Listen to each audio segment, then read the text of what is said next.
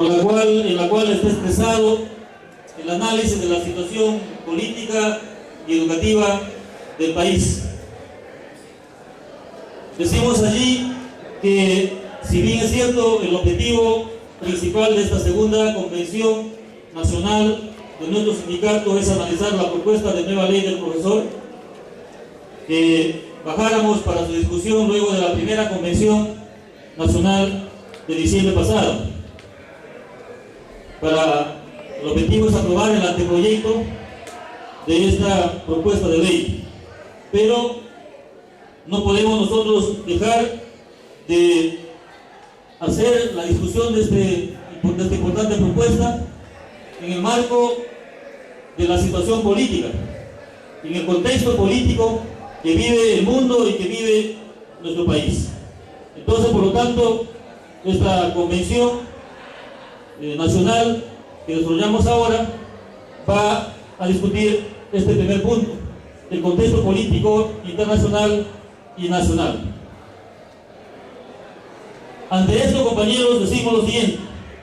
la crisis del capitalismo y la estrategia neoliberal que configuran la realidad mundial se caracteriza hoy por la crisis general del capitalismo y por la más evidente contradicción entre los países imperialistas que dominan el mundo por un lado y los países dominados por el otro. La crisis general del capitalismo en general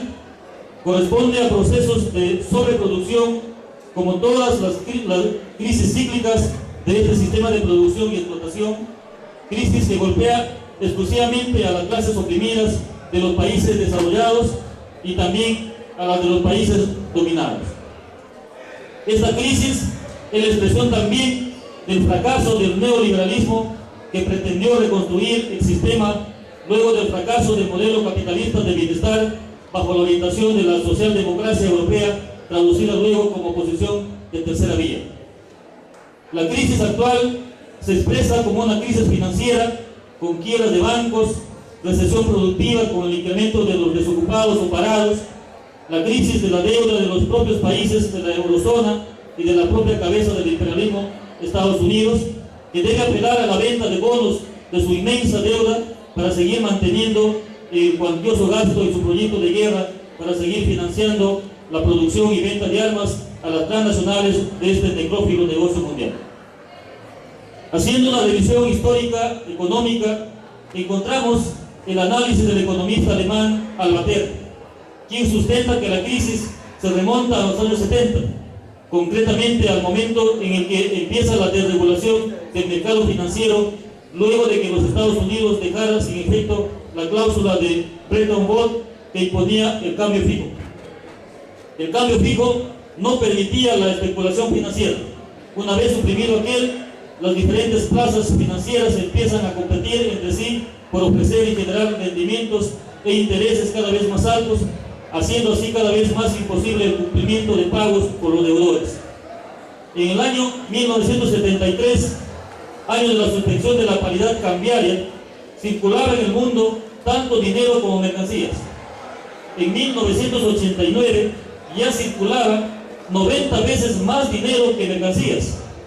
Aquella diferencia dio origen a la gigantesca burbuja que hoy amenaza con deglutirse al mundo,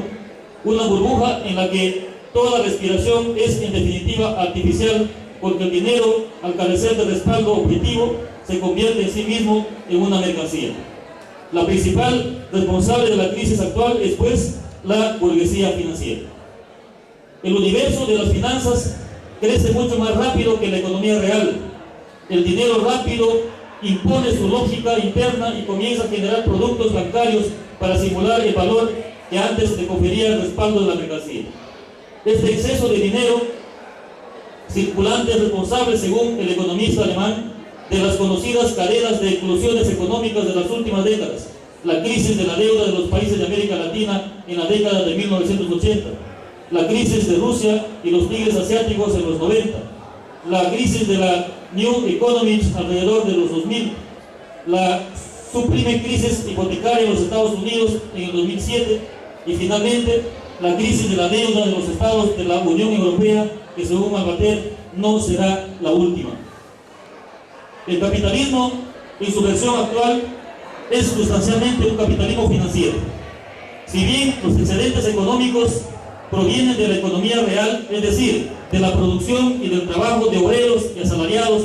estos excedentes se han visto dramáticamente superados por la especulación financiera en los últimos años. Al no serles suficientes los excedentes reales, el capitalismo financiero procura que el dinero en sí mismo genere excedentes. Los banqueros buscan nuevas plazas, las que ofrecen mayores dividendos. Todo sirve y la inventiva es inagotable. Cualquier cosa puede convertirse en objeto de especulación financiera. Por ejemplo, los derechos de contaminación de la atmósfera terrestre que se ofrecen en todo el planeta como bonos de emisión, o bien los créditos o credit default swap, esa urdimbre bochornosa por la que una institución que otorga un crédito contrae una especie de seguro de solvencia más alto que el crédito otorgado, de tal manera que la bancarrota de su deudor termina por ser más lucrativa que si la pagara la deuda. La quiebra de Lehman Brothers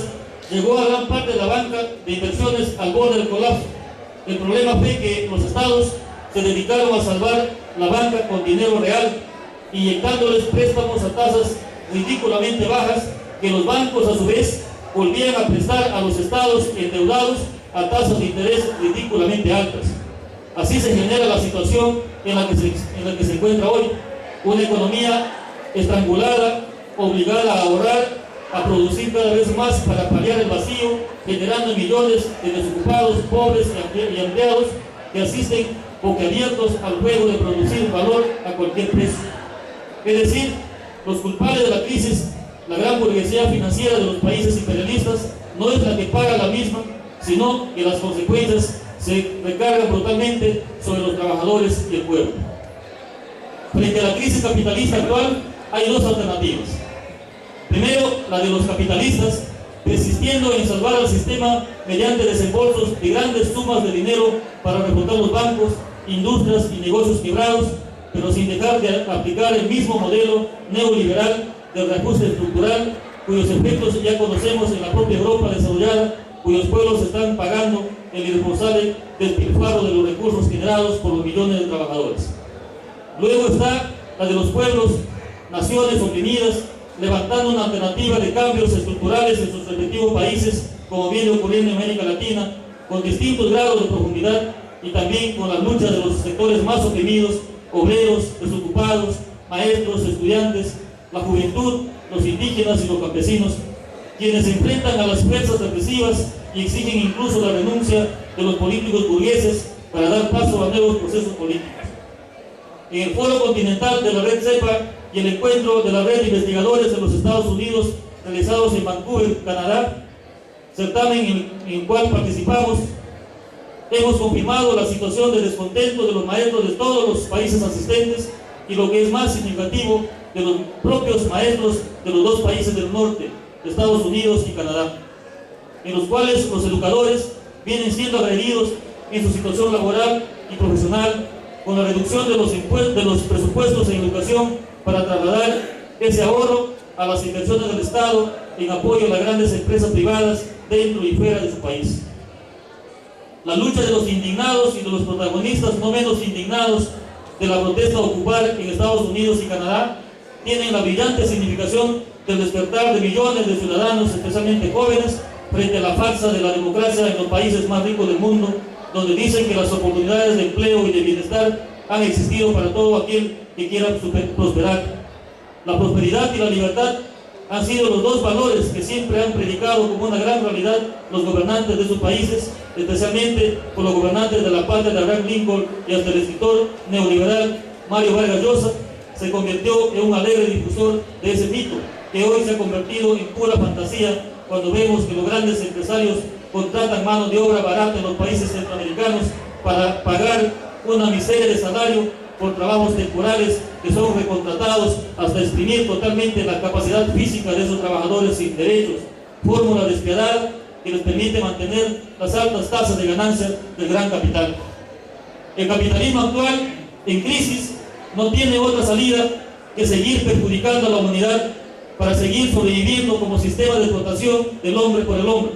pero su situación también proyecta la necesidad de acelerar una nueva alternativa que lo sustituya y funde una nueva era en la vida de la especie humana, la del socialismo, la de la justicia social, la solidaridad y la igualdad.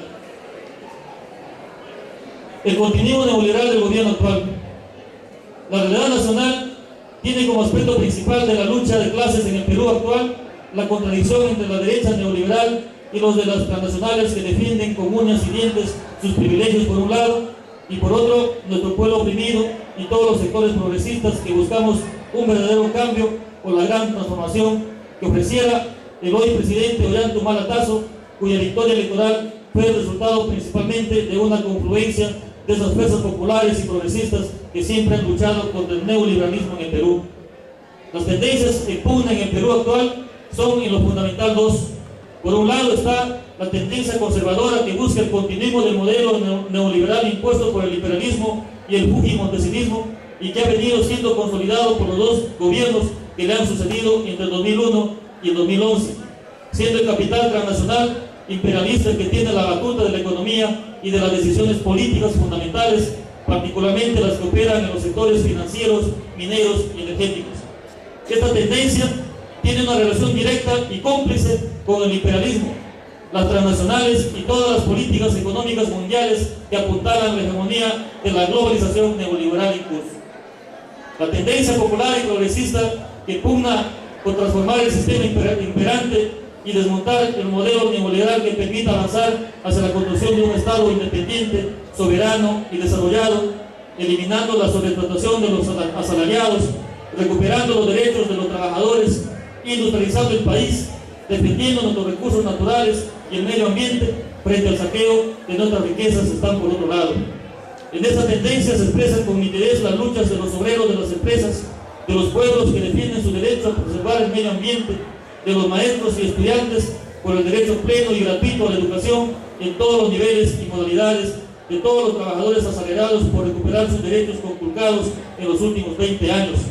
particularmente de los trabajadores estatales sometidos al régimen del CAS.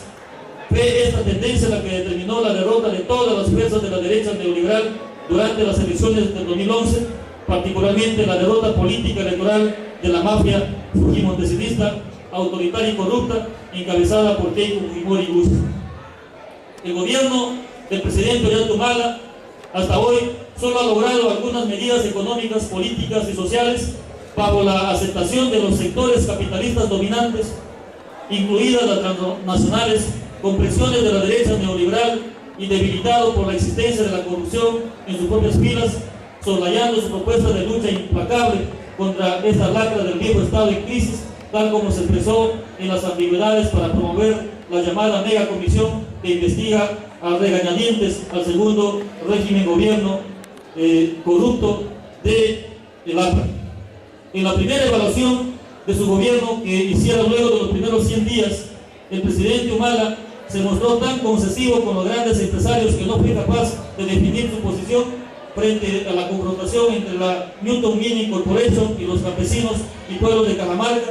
que defienden el agua y las tierras de esa región frente al proyecto depredador de la mencionada empresa que opera como Yanacocha y Proyecto Conga. Esa posición se reveló posteriormente frente al inicio de la huelga indefinida del pueblo de Cajamarca, que obligó al presidente Humala a declarar su criterio favorable a la transnacional minera y a los componentes de la Sociedad Nacional de Minería y Petróleo del Perú. El viraje programático del gobierno actual se ha reforzado hacia el neoliberalismo en estos meses de 2012 y su tendencia a una mayor definición neoliberal es ostensible. Desde la sujeción a la constitución fujimontesista y el modelo económico implícito y explícito establecido en ese documento, hasta el mantenimiento de toda la legislación privatizadora y antilaboral del Estado neoliberal, configura un gobierno que ya dejó atrás la promesa de la gran transformación. Una medida como la de levantar la hipoteca del lote Cacife 88 para distribuirlo en el mercado nacional y promover la industria petroquímica, solo es una medida parcial que no afecta a los grandes negocios de la minería ni de los hidrocarburos, además de que el negocio no pertenecerá sustancialmente al Estado peruano, sino a los empresarios privados. La supuesta eliminación del CAS que no es otra cosa que una estrategia para permitir a los empresarios a los despidos arbitrarios y a la negociación de derechos y a la negación de derechos de los trabajadores. No hay en el fondo entonces ningún programa diferente al programa neoliberal. Los trabajadores y el pueblo peruano tenemos todas las razones para enjuiciar al gobierno del presidente Humala, por cuanto hemos sido un factor determinante para su victoria electoral. Su cambio de rumbo consecuentemente sustentan a su vez el apoyo incondicional de las fuerzas y personalidades neoliberales, desde los empresarios hasta el cardenal Cipriani y el escritor Mario Vargas Llosa. Uno de los problemas centrales en el manejo económico de nuestro país hoy es la presencia de las empresas mineras en la vida nacional, tanto como renglón económico que lidera el crecimiento del PBI, crecimiento coyuntural por los altos precios de los minerales en el mundo desarrollado, cuyo aparato industrial los consume en grandes cantidades, como también por su impacto en la vida de las poblaciones urbanas, campesinas e indígenas del interior del país, pues con la figura de la minería limpia y responsabilidad social, entre comillas, esas empresas destruyen el medio ambiente y todos sus elementos, envenenando el aire, las tierras y las aguas. A quienes reclaman un control más estricto de las explotaciones mineras, los políticos, periodistas y empresarios neoliberales les estigmatizan con el apelativo de antimineros y extremistas, buscando así desacreditar su justa lucha. Para el gobierno del presidente Humala, este problema fue una de las más importantes pruebas de fuego para que demuestre hasta qué punto puede ser por lo menos nacionalista y defensor de nuestros recursos naturales, ya que por recursos naturales no solamente entendemos las riquezas del subsuelo, sino también la gran riqueza natural que está por encima del precio de cualquier metal, la biodiversidad. Como puede deducirse, el problema minero traspasa largamente los asuntos del crecimiento económico y de las reducidas regalías y canon que pueden entregar las transnacionales y sus socios en el Perú a través de la Sociedad Nacional de Minería y Petróleo del Perú. En el caso Conga, símbolo fundamental de la lucha por la soberanía y la defensa de la vida y el medio ambiente en el Perú actual, el presidente Humala ha demostrado que la militarización de Cajamarca es la mejor defensa del proyecto minero Conga, vale decir, el anticipo de un peritaje favorable a Yanacocha, como se acaba de demostrar con el informe del llamado peritaje internacional, que prácticamente no resuelve nada, solo sugiere pequeños reajustes para continuar con la ejecución del proyecto. Al pueblo de Cajamarca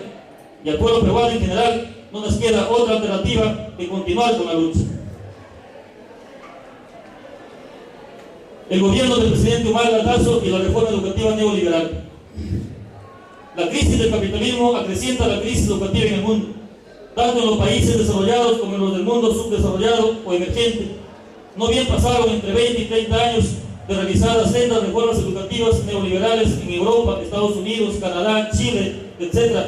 y en casi todos los países latinoamericanos y caribeños, los problemas de la educación se revelan no solo irresueltos, sino que los planes de educación para todos de 1990 y los objetivos del milenio saben a canto de sirena. Mientras los gobiernos deben pagar las deudas contraídas para esas reformas, promueven otra reforma para mejorar la anterior sin resultados positivos.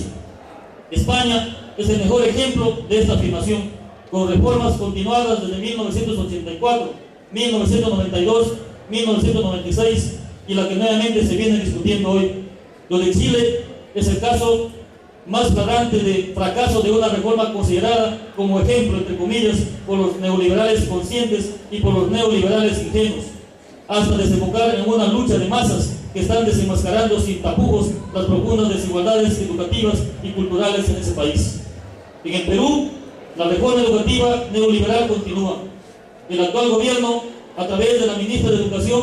está demostrando que el objetivo es continuar con esa reforma, realizar algunos partes solamente con su postulado de la focalización en el nivel inicial de educación rural y educación intercultural bilingüe, que pese a haber sido anunciados con bombos y platillos, hasta ahora no han tenido un tratamiento diferente. Muy por el contrario, la situación sigue igual. Así lo demostró el inicio del año escolar 2012, con regiones de la Sierra y de la Selva, como Madre de Dios, Loreto y Huancavelica y otros, que no cuentan hasta el momento con la cantidad necesaria de docentes, de escuelas, de mobiliario y de material educativo en general. No hay hasta ahora un proyecto integral de reforma educativa que sustituya al fracasado sistema neoliberal.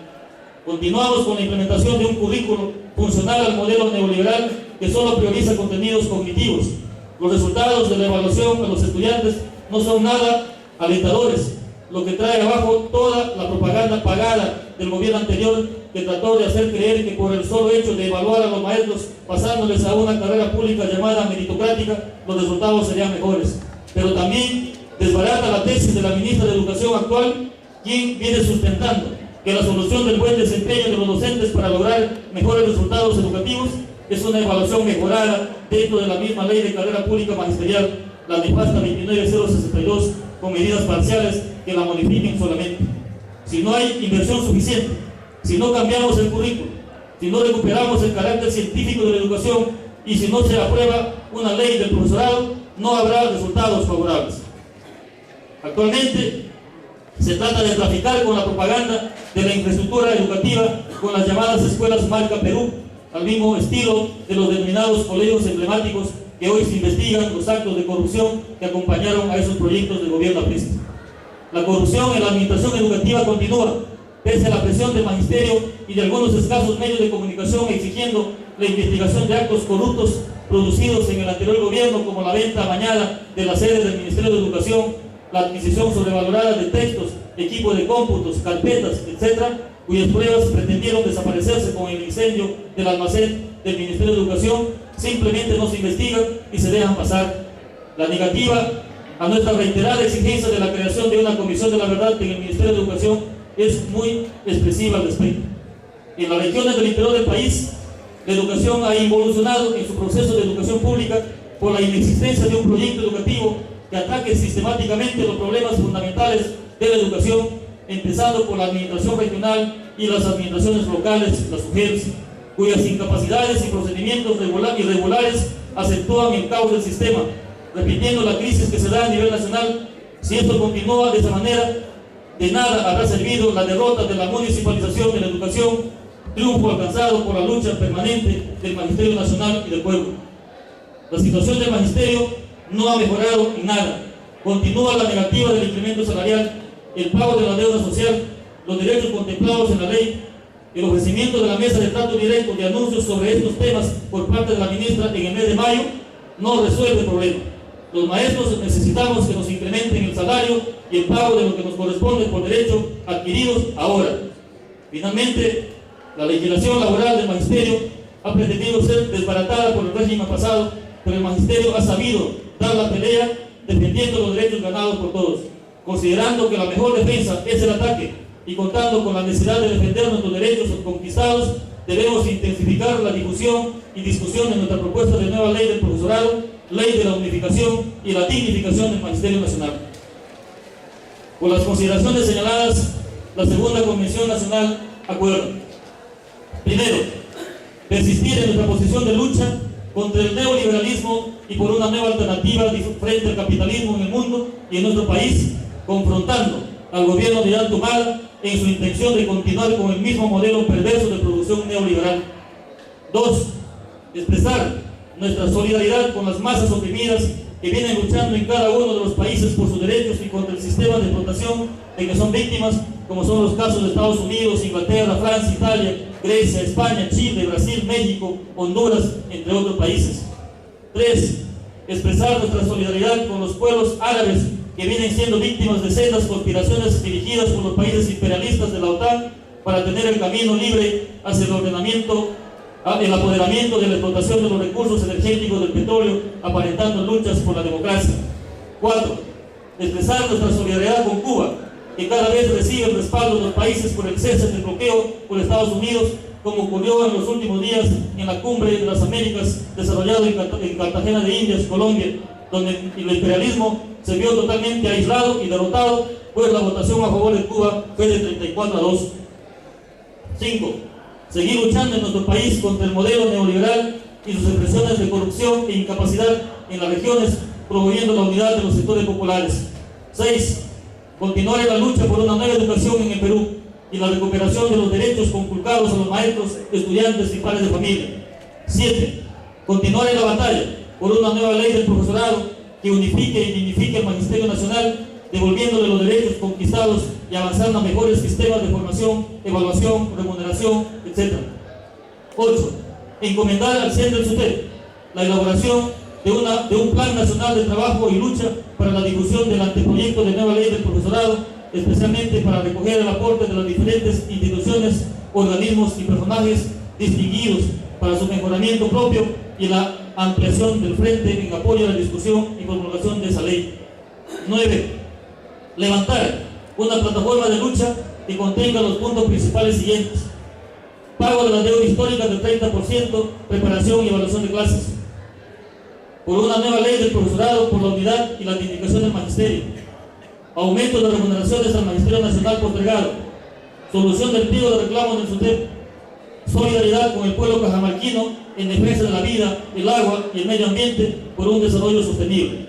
10. Bajar a la base del SUTEP una consulta de un paro nacional de 24 horas, la misma que será procesada por una Asamblea Nacional de Delegados en un plazo de un mes. Lima, abril del 2012. Compañeras y compañeros, ha sido la situación política y educativa de nuestro país. Quiero a ustedes para sus comentarios y su participación. Muchas gracias.